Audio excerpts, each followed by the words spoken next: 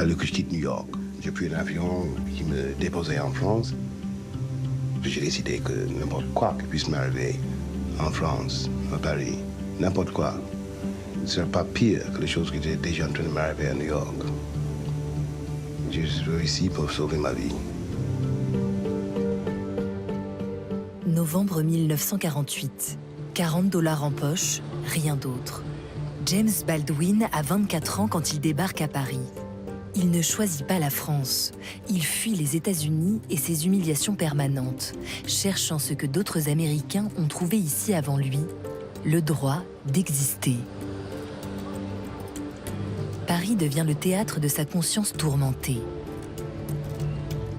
Dans La chambre de Giovanni, son deuxième roman publié en 1956, il explore ses identités multiples.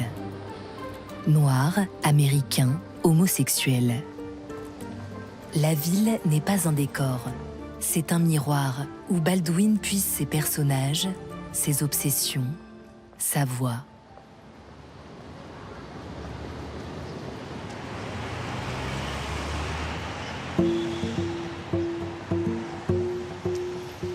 À Saint-Germain-des-Prés, dans le Paris de l'après-guerre, souffle un vent de liberté. Écrivains, musiciens, intellectuels s'y croisent, et parmi eux, des artistes américains venus échapper à la ségrégation. Baldwin espère trouver à Saint-Germain des amis. Il le sait, c'est quand même un lieu de diffusion, donc il va pouvoir avoir une sorte de pensée intellectuelle qui va foisonner, des personnes qui vont le nourrir intellectuellement, mais aussi le nourrir dans sa connaissance de lui-même. Quand il arrive à Paris, on ne le traite pas de noir, on le traite d'américain parce qu'il parle anglais et donc c'est un américain. Et donc, ça va être le moment où il va réussir à comprendre son identité. Baldwin laisse ainsi son écriture se déployer. C'est là qu'il commence La chambre de Giovanni, inspirée de la scène homosexuelle parisienne, où David, l'Américain, rencontre Giovanni, l'Italien, à Saint-Germain. Ce sera un endroit où les deux amants vont apprendre à se connaître, à se fréquenter. Ce sera le début, la naissance de leur histoire, la naissance de leur idylle. C'est vraiment un quartier qui va nourrir son œuvre tellement il représentera l'expérience de Baldwin à ce moment-là. À Saint-Germain, Baldwin écrit et observe depuis les tables des deux magots, au lieu des intellectuels français et américains. Il y retrouve Richard Wright, son aîné, figure de la littérature afro-américaine, lui aussi exilé pour fuir le racisme. Entre eux, une amitié profonde, presque filiale, qui va bientôt se briser à jamais. Richard Wright va être un mentor pour James Baldwin. Ça va être quelqu'un qui va le lancer en littérature. Et paradoxalement, un an plus tard, en 1949, Baldwin va écrire un essai. Et à la toute fin de cet essai, il va critiquer le roman le plus célèbre de Wright, et Wright va très mal le prendre. Dans cet essai, Baldwin reproche à Wright de perpétuer les stéréotypes que les Blancs propagent sur les Noirs au lieu de les combattre. Richard fut blessé, car je ne lui avais accordé aucun sentiment humain, aucune faille. Et c'était vrai. Il n'avait jamais été un être humain pour moi. Il avait été une idole. Et les idoles sont créées pour être détruites. La rupture avec Wright va être très importante parce qu'elle est libératrice d'un poids, mais c'est de se dire, voilà, je ne dois plus rien à Richard Wright, et donc je vais pouvoir écrire ce que je veux. Affranchi, mais toujours fauché, Baldwin vit dans une grande précarité. Il enchaîne les hôtels misérables, dont le Pont Royal, aujourd'hui transformé en 5 étoiles. Dans ses écrits, il le rebaptise ironiquement le Grand Hôtel du Bac. Je vivais au dernier étage d'un hôtel ridiculement sinistre de la rue du Bac. Un de ces énormes établissements dont Paris regorge, sombre, froid et hideux. C'est là qu'il traverse l'un des épisodes les plus sombres de sa vie parisienne. L'histoire du drap. Les femmes de chambre ne font pas bien son lit et donc il se retrouve avec des draps qu'il faut changer. Elle ne le change pas. Entre-temps, il rencontre un ami qui vit dans un autre hôtel où ça se passe pas forcément mieux. Quand mon ami américain déménagea de son hôtel au mien, il prit, sur un coup de colère, un drap de lit appartenant à l'hôtel et le mit dans sa valise. Quand il arriva à mon hôtel, je lui empruntai le drap, car les miens étaient dégoûtants, et la femme de chambre ne montrait aucune velléité de m'en apporter des propres. Quelques jours plus tard, la police l'interroge. L'établissement a porté plainte pour un prétendu vol de draps. Et James Baldwin va se retrouver arrêté et emprisonné pendant 8 jours. Et lorsqu'il est jugé, tout le monde en rit. Et c'est là qu'il a un déclic. James Baldwin se rend compte qu'il se moque de lui, il se moque de sa misère. Et ça va être un révélateur pour lui, ça va être un rire qui va le poursuivre toute sa vie. Ce rire était le rire de ceux qui se considèrent à une prudente distance de tous les malheureux, ceux pour qui la souffrance des vivants n'est pas réelle. Avec cet épisode, il va se rendre compte que ce qu'il essayait de fuir, il ne pourra jamais le fuir, mais qu'il va falloir qu'il se batte contre. Parce que quel que soit l'endroit où il ira, il va avoir ce genre de réaction face à ce qu'il est en fait. C'est-à-dire un homme noir qui aime les hommes et qui est pauvre. À peine un an après son arrivée, Baldwin déchante. Ce qu'il croyait avoir fui en quittant l'Amérique ressurgit à Paris sous d'autres visages. L'épisode du drap le lui révèle.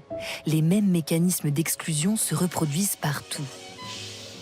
Alors, pour panser cette désillusion, Baldwin cherche refuge dans les clubs de jazz qui enflamment les nuits parisiennes, comme le Duc des Lombards. Ce sont des endroits où il va retrouver le parler afro-américain, la rythmique, la syncope. Des choses qui vont lui rappeler aussi ce Harlem qu'il a quitté. C'est une musique qui va jusqu'au plus profond de lui-même.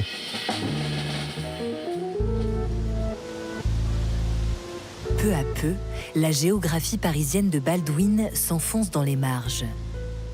Dans La chambre de Giovanni, Baldwin explore un Paris plus intime, celui des faubourgs de l'Est. « Où habitez-vous » demanda David à Giovanni. « Oh, loin, très loin. Ce n'est quasi plus Paris. Il habite dans une rue horrible, du côté de la place de la Nation. » Nation, dans les années 50, c'est la périphérie de Paris. C'est donc un lieu qui est un centre décentré.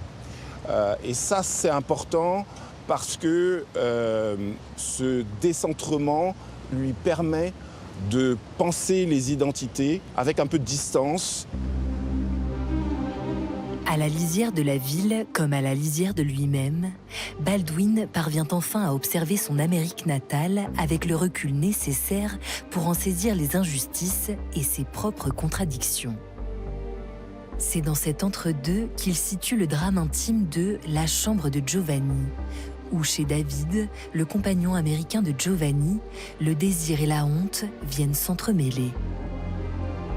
Nation, c'est la matérialisation de la possibilité de l'homosexualité. Et progressivement dans le roman, alors que c'était le lieu de l'exaltation et de l'épanouissement, ça devient le lieu de l'abjection.